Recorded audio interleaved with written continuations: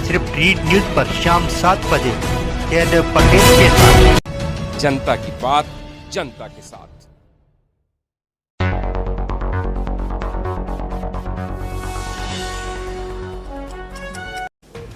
नमस्कार दोस्तों, स्वागत है आपका एक बार फिर जनता की बात जनता के साथ। आज के प्रोग्राम में हमारे साथ खास मेहमान है राजस्थान के चूरू जिले की सभापति पायल सैनी।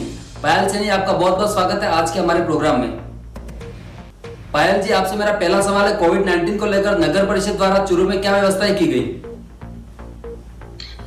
जी, जब राजस्थान में चूरू नगर परिषद के द्वारा जब राजस्थान में 196 निकाय हैं कुल, और 196 निकाय में सबसे पहले चूरू नगर परिषद के द्वारा कोविड-19 के लिए सतर्कता अपनाई गई थी। और मैं आपको बताना चाहूंगी कि नगर परिषद ने सबसे पहले सैनिटाइजेशन आरंभ करवाया था जब बाकी निकायों में सैनिटाइजेशन शुरू नहीं हुआ था। जब कोविड-19 हमारे देश में प्रवेश कर चुका था, उसी समय हम लोग सतर्क हो चुके थे और हमारी पूरी टीम, हमारे सभी सफाई सेनानी, सभी कर्मचारी युद्ध स्तर के ऊपर तैयार थे इससे लड़ने के लिए। और हमने पूरे चूरू शहर को एक बार सैनिटाइजेशन करवा दिया था।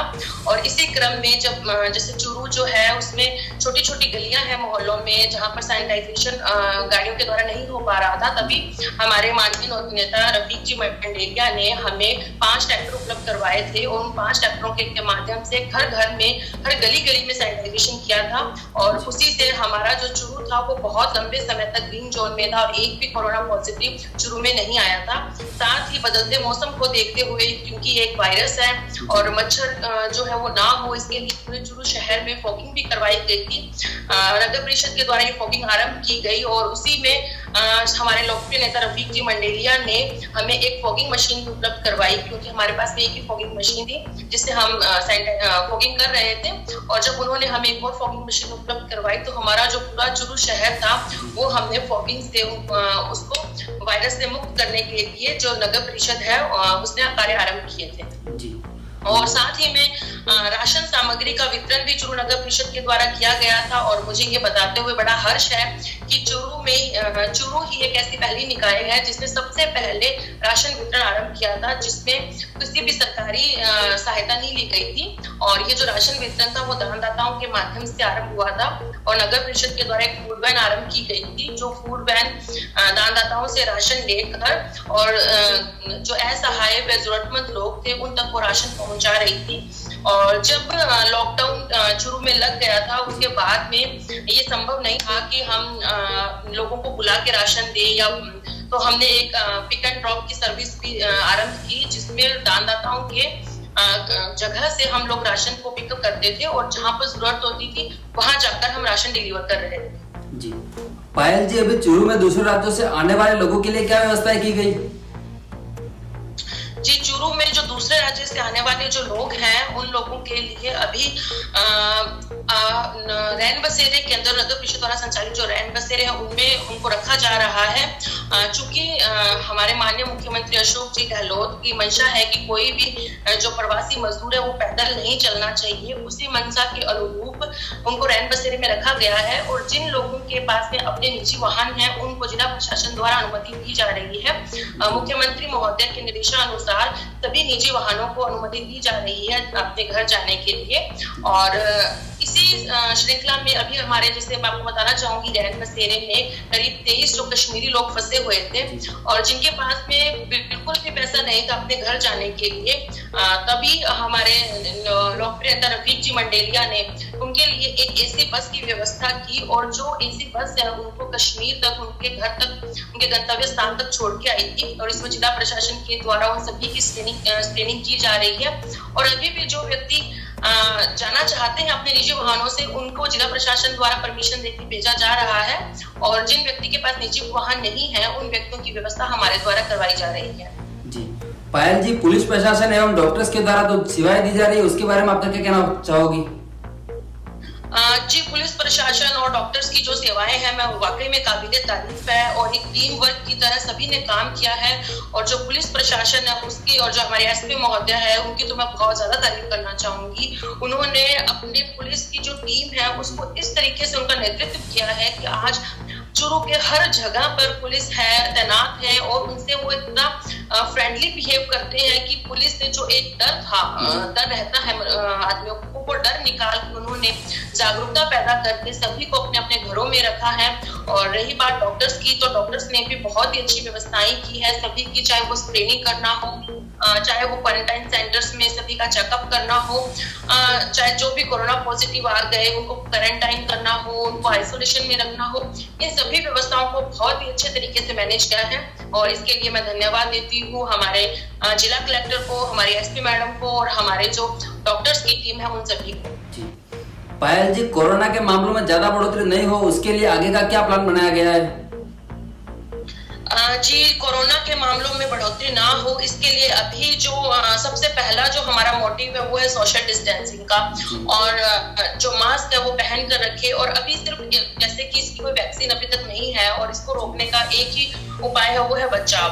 तो इसके लिए हम लोग जो है लोगों को जागरूक कर रहे हैं, और जन जागरूकता है जो फैलाना ही एकमात्र एक ऐसा है कि लोगों को जितना ज्यादा जागरूक किया जाएगा इसके लिए उतना ही हम इसे रोक पाएंगे। सैनिटाइजेशन है वो निरंतर हमारे द्वारा किया जा रहा है पूरे चूरू शहर के अंदर, और साथ ही में जगह जगह वॉल पेंटिंग्स बनवाकर जगह जगह जैसे कि हमारे जो ऑटो टिपर्स है उन पर मैसेज देकर और लोगों के पास फील्ड में जाकर उनको समझाइश करके मास्क और सैनिटाइजर वितरण करके डेटॉल साबुन वगैरह देकर उनको हर तरीके से हर संभव प्रयास से उनको समझाया जा रहा है कि जो कोरोना है इसे हमें अपने डेली लाइफ में मानकर इससे हमें अपने जीवन में अपनाना होगा, और जो सामाजिक दूरी है हमें उसका लंबे समय तक पालन करना होगा। जी पायल जी, मंडेला फाउंडेशन के द्वारा चूरू में जो कार्य किए गए उसके बारे में आप क्या कहना चाहोगे?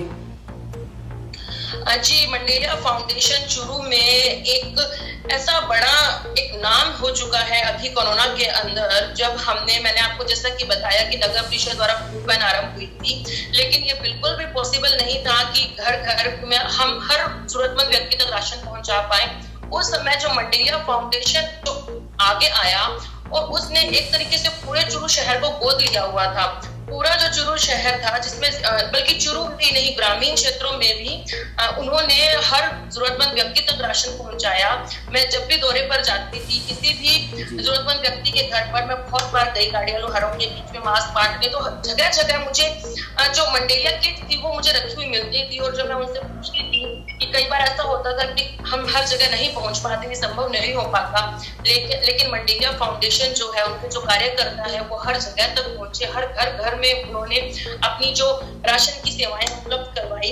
और इतना ही नहीं, मैं आपको ये भी बताना चाहूंगी कि मंडेलिया फाउंडेशन ने अभी तक पूरे राजस्थान में किसी भी भामाशाह ने इतनी राशि वितरण नहीं की होगी। अपने स्वयं के मत से, बिना किसी सरकारी सहायता के, अपने निजी कोष से जितनी राशि जो है मंडेलिया फाउंडेशन द्वारा व्यय की गई है, और राशन सामग्री उनके द्वारा वितरण की गई, सैनिटाइजेशन उनके द्वारा किया गया, प्रशासन के साथ कंधे से कंधा मिलाकर उनको चले हैं। और इस मुश्किल दौर में राजनीति न करते हुए मंडेलिया जी ने राजनीति से ऊपर उठकर प्रशासन के साथ कंधे से कंधा मिलाकर उन्होंने हर व्यक्ति तक जरूरत पहुंचाई है। ग्रामीण क्षेत्रों में उन्होंने हर व्यक्ति तक अपनी राशन सामग्री पहुंचाई है। और जैसा कि रोजे स्टार्ट हुए और रोजों में जो इफ्तिहारी थी, इफ्तिहारी की जब समस्या आई तो रफीक जी ने बिना सोचे समझे उन्होंने सभी यहाँ पर बहुत बड़ी संख्या के अंदर जो है वो रोजा इफ्तिहारी करने वाले लोग रहते हैं, तो उन्होंने सभी के लिए इफ्तिहारी के पैकेट्स भिजवाए। और कोई भी व्यक्ति आज हमारे चूरू शहर में ऐसा नहीं है जो इफ्तिहारी से वंचित है या जिसके जो राशन से वंचित है। सभी को उन्होंने घर घर तक ये सुविधाएं उपलब्ध करवाई है, फॉगिंग इन्होंने करवाई है, सैनिटाइजेशन